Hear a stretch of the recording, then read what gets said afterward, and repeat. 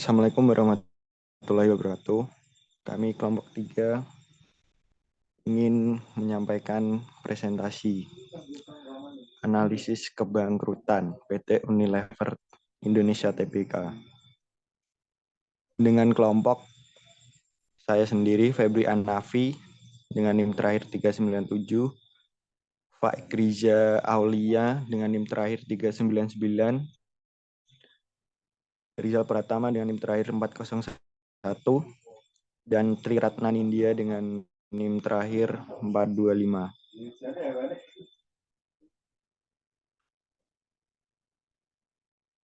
Kemudian saya akan menjelaskan tentang profil perusahaan.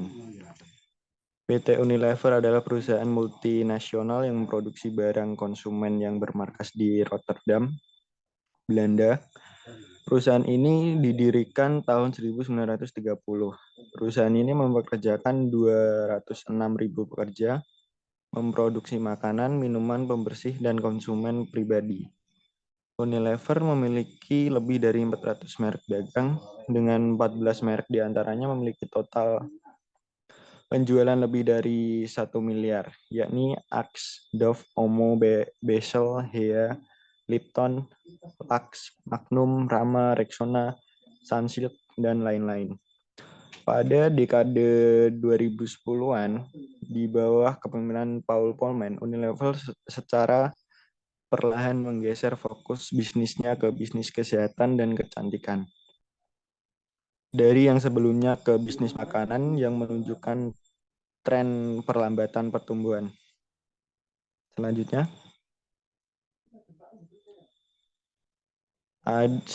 ada analisis kebangkrutan. Menurut Mas Tufti 2013, kebangkrutan merupakan kondisi perusahaan yang tidak memenuhi hutangnya atau juga kondisi dari awalnya perusahaan dapat beroperasi kemudian mengalami kegagalan dalam mengelola usaha. Kegagalan tersebut diketahui melalui analisis terhadap data yang terdapat di laporan keuangan. Kegagalan tersebut diketahui melalui analisis terhadap data yang terdapat di laporan keuangan. Laporan keuangan yang diterbitkan menurut Ali Miansyah dan Paji 2003 dalam Sauta 2016 mengatakan bahwa kebangkrutan dapat diartikan sebagai pernyataan keadaan yang menunjukkan jalannya usaha yang sangat kritis atau genting dan akhirnya jatuh pailit atau bangkrut. Selanjutnya ada analisis Z-score. Formula Z-score dari Altman merupakan sebuah formula multivarian yang digunakan untuk mengukur tingkat kesehatan finansial sebuah perusahaan.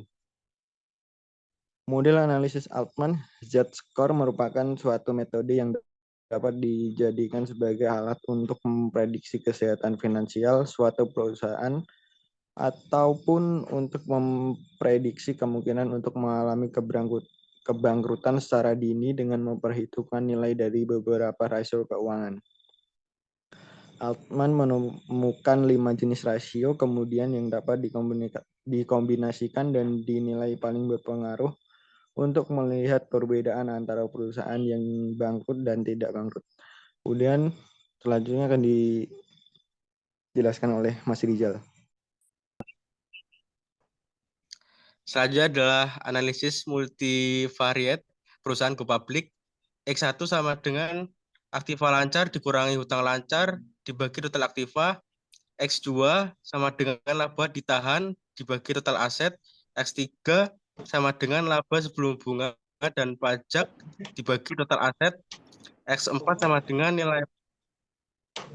nilai pasar saham dibagi nilai buku total hutang. X5 sama dengan penjualan dibagi total aset. ZI sama dengan 1,2 kali X1 plus 1,4 kali X2 plus 3,3 kali X3 plus 0,6 kali X4 plus 1,0 kali X5. Selanjutnya.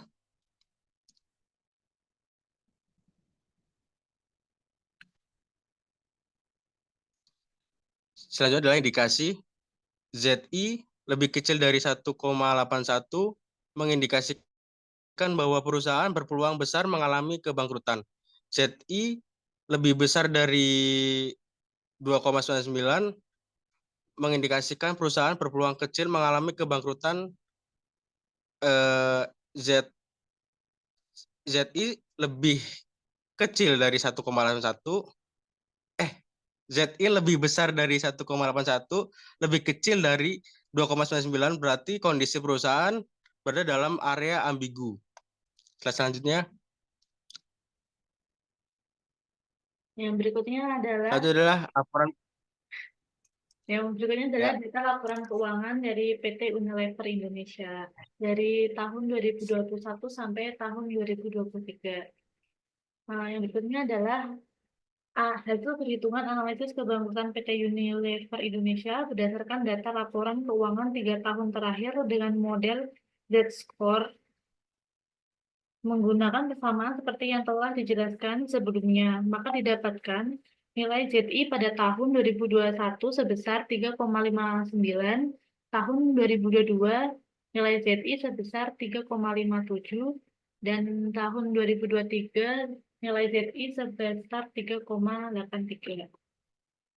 Berdasarkan hasil hitungan Z-score pada PT Unilever Indonesia Tbk selama 3 tahun terakhir, pada tabel dapat diketahui bahwa tahun 2021 nilai Z-score adalah sebesar 3,59, untuk tahun 2022 sebesar 3,57, dan untuk tahun 2023 nilai Z-score sebesar 3,83.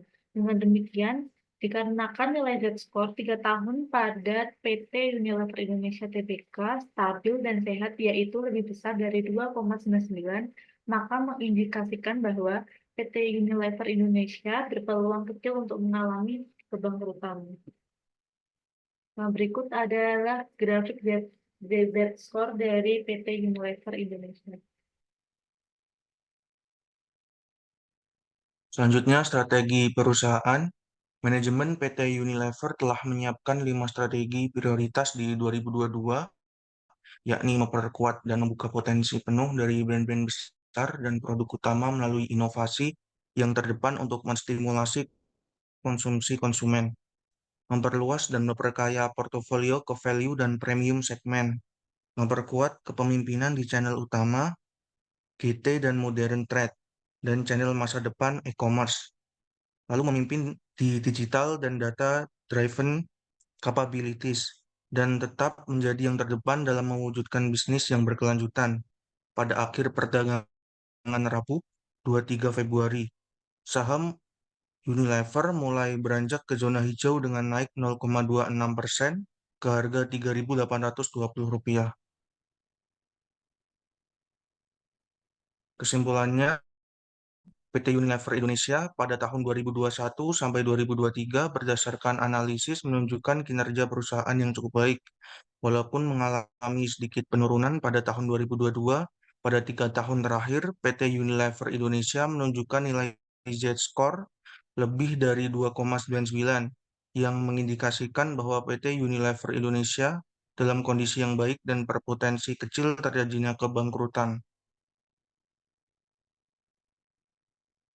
Selanjutnya, saran bagi investor lebih memperhatikan kondisi keuangan perusahaan secara keseluruhan dan menganalisis pembelian saham perusahaan.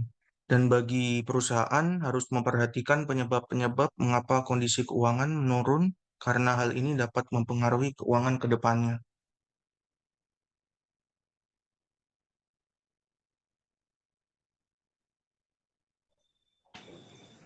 Sekian